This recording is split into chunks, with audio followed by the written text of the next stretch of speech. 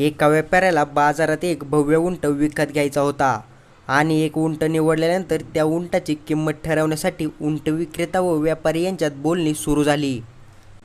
व्यापारी आणि उंट विक्रेत्यामध्ये करार झाला आणि शेवटी त्या व्यापाऱ्याने उंट विकत घेऊन घरी नेला. घरी पोहोचल्यावर व्यापाऱ्याने आपल्या नोकराला उंटाचा काजवा म्हणजेच खोगीर काढण्यासाठी बोलावले. काजव्याच्या खाली सेवकास एक लहान मखमली पिशवी सापडली, ज्यामुळे उघडकीस आले की ती मौल्यवान हिरे व रत्नांनी परिपूर्ण होती. सेवक ओरडला, मालक, तुम्ही एक उंट विकत घेतला, परंतु त्याबरोबर काय विनामूल्य आले ते पहा.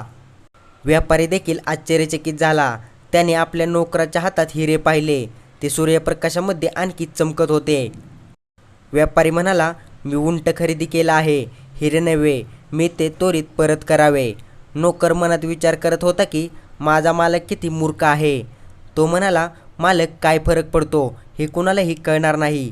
तथापि व्यापाऱ्याने त्याचे बोलणे ऐकले नाही आणि ताबडतोब बाजारपेठेत पोहोचले आणि मखमली पिशवी त्या दुकानदाराला परत केली.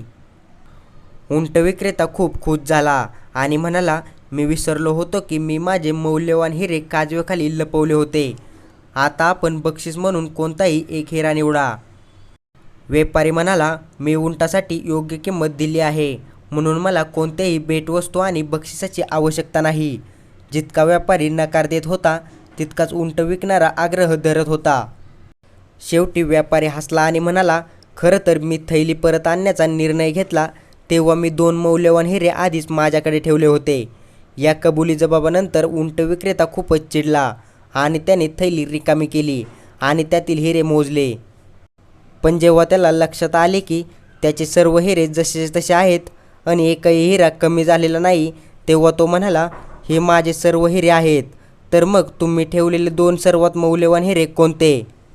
व्यापारी म्हणाला, माझा प्रामाणिकपणा आणि माझा स्वाभिमान. विक्रेता गप्प होता.